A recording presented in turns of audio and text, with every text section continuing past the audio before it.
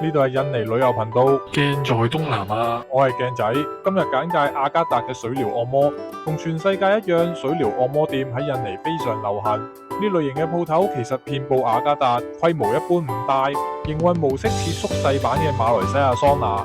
店入邊會有桑拿浴池提供，客人可以喺店入邊享受桑拿等等嘅設施，亦可以點飲品、食物，非常適合消磨時間。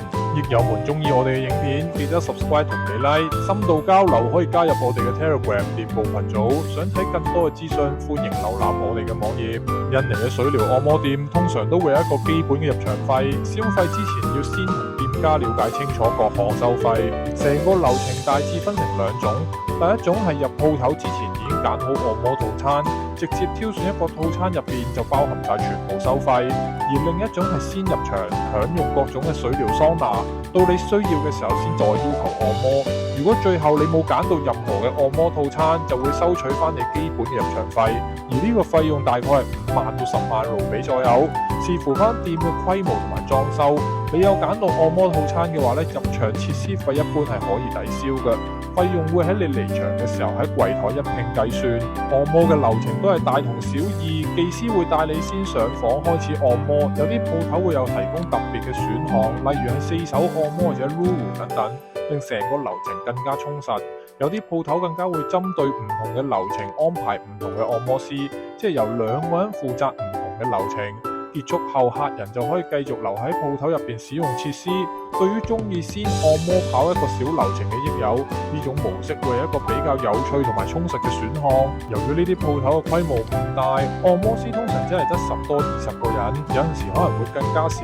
而且同曼谷唔同，呢類鋪頭一般係唔會俾你見到按摩師嘅，亦即係只能夠意圖會有。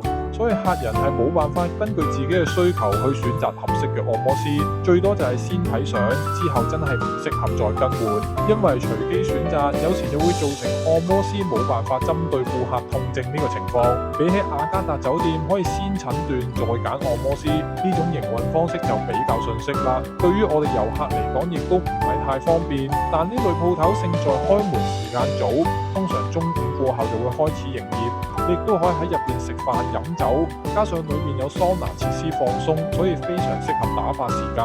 台灣人非常中意位於中心區嘅 Sugar Spa， 因為係雅加達少有會先俾客人睇相再睇真人嘅鋪頭。你可以要求店家安排按摩師親自講解佢哋嘅專長同埋技術，杜絕咗之前講嘅問題。但美中不足就係你全部嗌晒出嚟而唔按摩，佢哋就會有怨言。態度同曼谷嘅日式按摩就差得遠啦。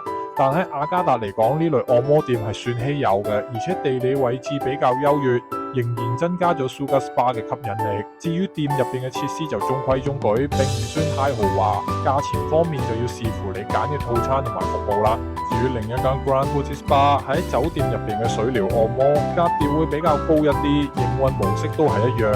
由於喺酒店內，規模同場地都算大，房間質素正常，設施亦都齊全。價錢係視乎你揀嘅服務，整體嚟講係中價位水平，但單係入場費就需要15萬盧比。